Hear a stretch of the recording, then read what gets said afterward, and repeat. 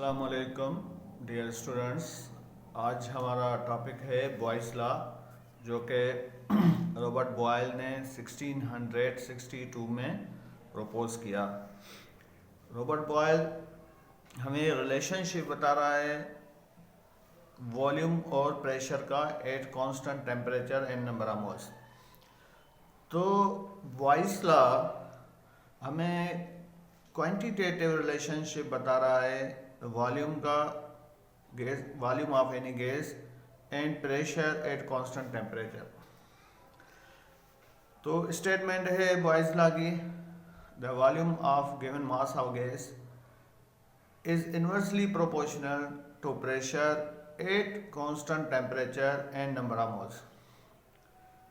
Number of moles अगर constant हो किसी कंटेनर में, किसी गैस के कंटेनर में, और उसको अगर हम प्रेशर देंगे तो गैस का वॉल्यूम कम हो जाएगा। इसकी एक्सप्लेनेशन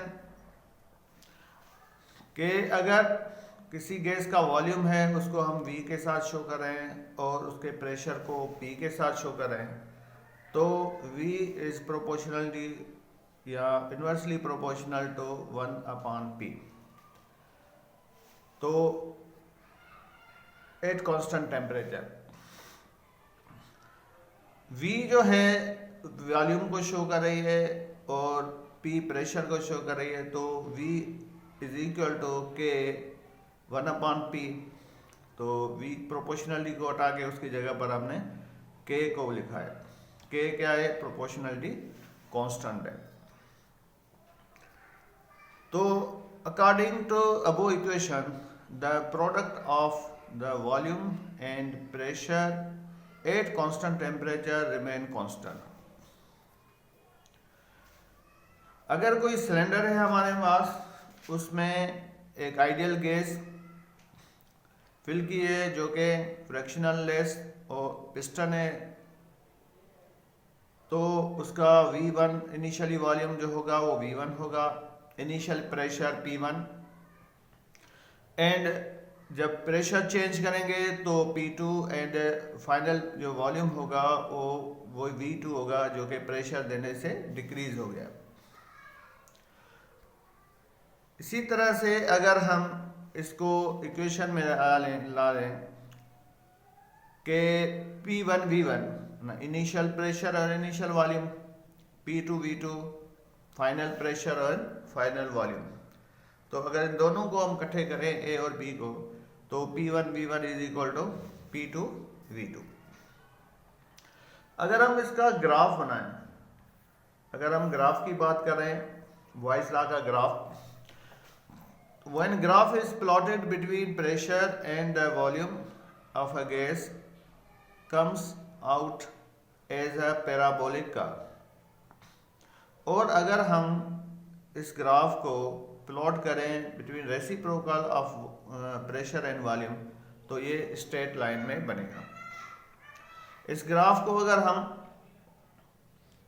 थोड़ा सा डीपली देखें, तो अगर इनिशियली देखा जाए टॉप पर, तो यहाँ पर हमारे पास प्रेशर 1 atm है और वॉल्यूम जो इस कंटेनर का है वो 4 लीटर है। इसी तरह से हम दूसरे में अगर देखें सेकंड पर, तो प्रेशर हमने इंक्रीज कर दिया है 2 atm एंड वॉल्यूम इसका डिक्रीज हो गया है 2 लीटर। इसका मतलब है ऑलमोस्ट 50% डिक्रीज हो गया। इसी तरह से अगर हम प्रेशर को 4 atm कर रहे हैं, तो वॉल्यूम भी हमारे पास 1 लीटर तक आ जाता है। तो इसका मतलब ये है कि ऊपर से नीचे तक आ रहा है ये ग्राफ। इसी तरह से अगर रेसिप्रोकल देख रहे हैं, तो वॉल्यूम इनिशियली जैसे जैसे हम जो ना टेम्परेचर को इंक्रीज कर रहे हैं, या जैसे जैसे वॉल्यूम बढ़ रहा है, तो ये हमारे पास स्ट्रेट लाइन में आ रहा है ग्राफ। तो अगर इसी को अगर किसी कंटेनर में गैस डाली हुई है हमने, तो इनिशियली प्रेशर 1 है, वॉल्यूम 1 है, जैसे हमने प्रेशर इंक्रीज किया तो वॉल्यूम जो है ना वो कम हो गया। इसी तरह से एक और कंटेनर है, देखेंगे गैस के वॉल्यूम, गैस के मालिक्यूल एक दूसरे से दूर दूर हैं, इधर मालिक्यूलर गैप ज़्यादा है, तो जैसे प्रेशर इंक्रीज करते हैं तो वॉल्यूम डिक्रीज हो जाता है। तो मैथमेटिकली इस बॉयल्स लॉ को प्रूव किया है, रॉबर्ट बॉयल ने करा है कि ये प्रॉब्लम है हमारे पास चैप्टर नंबर 2 में फर्स्ट ईयर का, कि what volume does 400 cm³ sample of gas at 700 torr occupies when the pressure is changed to atm। अगर इसकी हम डेटा बनाएं तो V1 है हमारे पास 400 cm³, V2 हमने मालूम करना है, P1 है हमारे पास 700 टॉर। तो यूनिट को इक्वलाइज करने के लिए हम 700 डिवाइड बाय 760 करेंगे तो हमारे पास आ जाएगा 0.92 atm, और P2 हमें मिला हुआ है 2 atm। तो इसको अगर हम इक्वेशन में पुट करें P1 V1 is equal to P2 V2, तो V2 हमने मालूम करना है, तो अब हमारे पास इक्वेशन आ गई है V2 is equal to P1 V1 upon P2।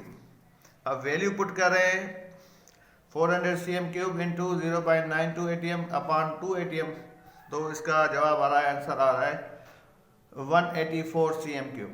इसका मतलब क्या हुआ कि पहले हमारे पास वॉल्यूम 400 था और प्रेशर 0.92 atm था। जैसे हमने प्रेशर बढ़ाया 2 atm गया तो वॉल्यूम भी हमारे पास कम हो गया 400 से 184। तो वॉल्यूम प्रेशर इंक्रीज करने से वॉल्यूम डिक्रीज हो जाता है। इसको अगर हम थोड़ा सा समराइज कर लें तो यहाँ पर हम देखेंगे कि किस तरह से बॉयल्स लॉ को जो ना वो Boyle's law बताया गया है कि भाई किस तरह से हम इसको जो ना समराइज कर रहे हैं या किस तरह प्रूव कर रहे हैं। तो P प्रोपोर्शनलिटी 1/V, तो PV is equal to K, ये हमारे पास फर्स्ट इक्वेशन थी जो कि हमने पहले भी डिस्कस किया था। अगर हम इसको सेकंड इक्वेशन में देखें तो यहाँ पर हम देखें कि P1 V1 is equal to P2 V2, जो कि हम पहले से ड्रा करके आए कि सेकंड इक्वेशन है। तो यहाँ पर जो कर्व बन रहा है, हम जैसे ही प्रेशर इंक्रीज करें, आप सिलेंडर में देखें कि प्रेशर इंक्रीज हो रहा है और वॉल्यूम जो है ना वो डिक्रीज हो रहा है और कर्व ऊपर से नीचे तक आ रहा है। तो ये एक कर्व बन रहा है।